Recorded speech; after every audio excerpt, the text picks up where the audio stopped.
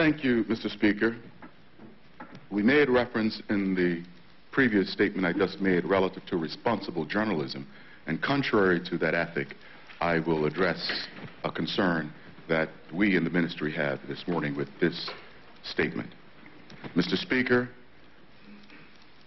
it is imperative and incumbent upon me to inform this honorable House about the incorrect and misleading information that has been disseminated in the community here in Bermuda by the daily newspaper about the psycho-educational program.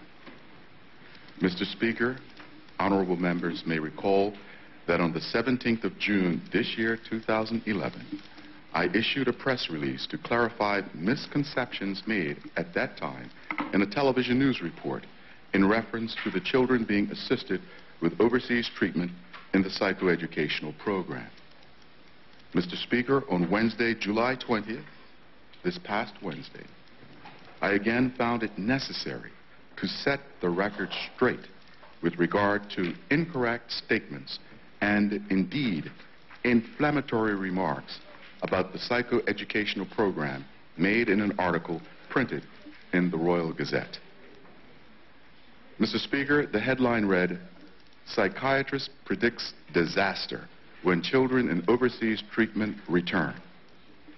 First and foremost, I wish to make it categorically clear that the psychiatrist quoted in the article, Dr. Michael Redford, who is currently the chief of psychiatry at the Mid-Atlantic Wellness Center, does not have direct knowledge or oversight of the treatment status of the children in the psychoeducational program, and he has no authority to speak on behalf of that program. Mr. Speaker, the Royal Gazette article had many incorrect and misleading statements. For instance, the article said that there is a move to bring about 30 of 53 children back to Bermuda, implying that there are 53 children in the program. This statement is grossly incorrect.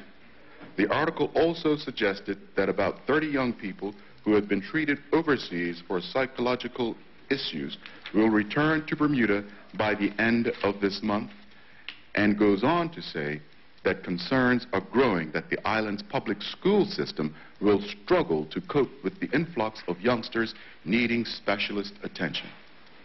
Mr. Speaker, I wish to emphasize that these statements are totally incorrect, as there will not be 30 young people returning home this month from overseas treatment, and there will not be 30 children needing specialist attention entering the public school system in September of this year, 2011.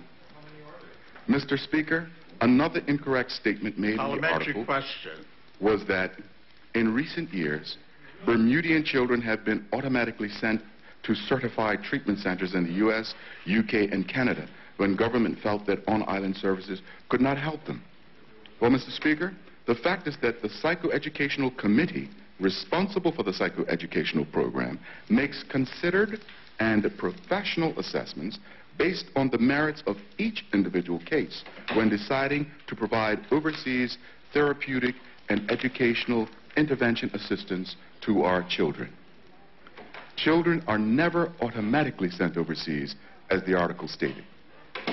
Mr. Speaker, yet another incorrect statement reported was that these young people usually come home for the summer, but this year they will not be going back.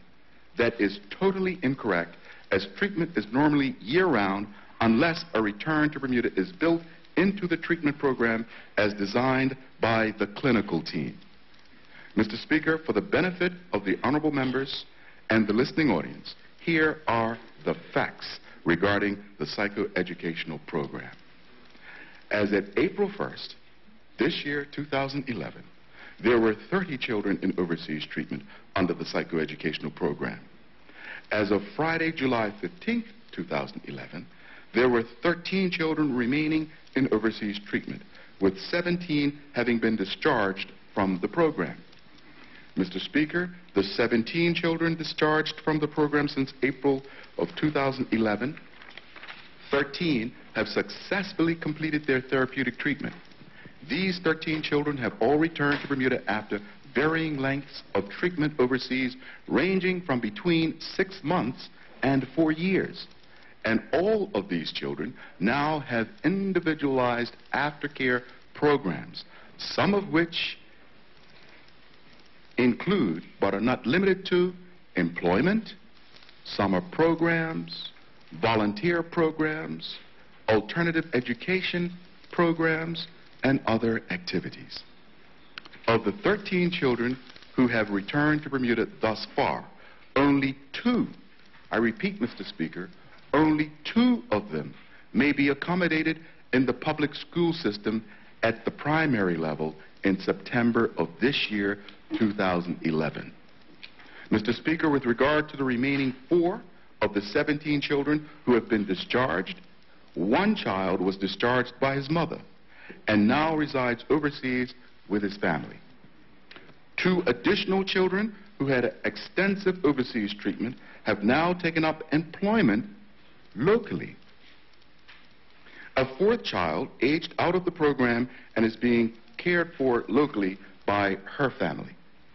Mr. Speaker, I note that a further 3 clients will be discharging from the program by the end of July of this year, having successfully completed their course of overseas therapeutic intervention treatment.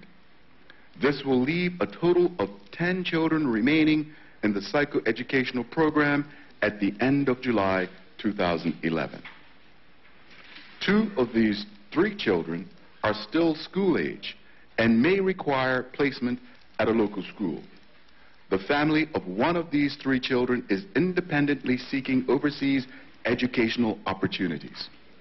Mr. Speaker, in summary, only 4 out of 20 children who will have returned home by the end of July may require placement in the public educational system in September 2011.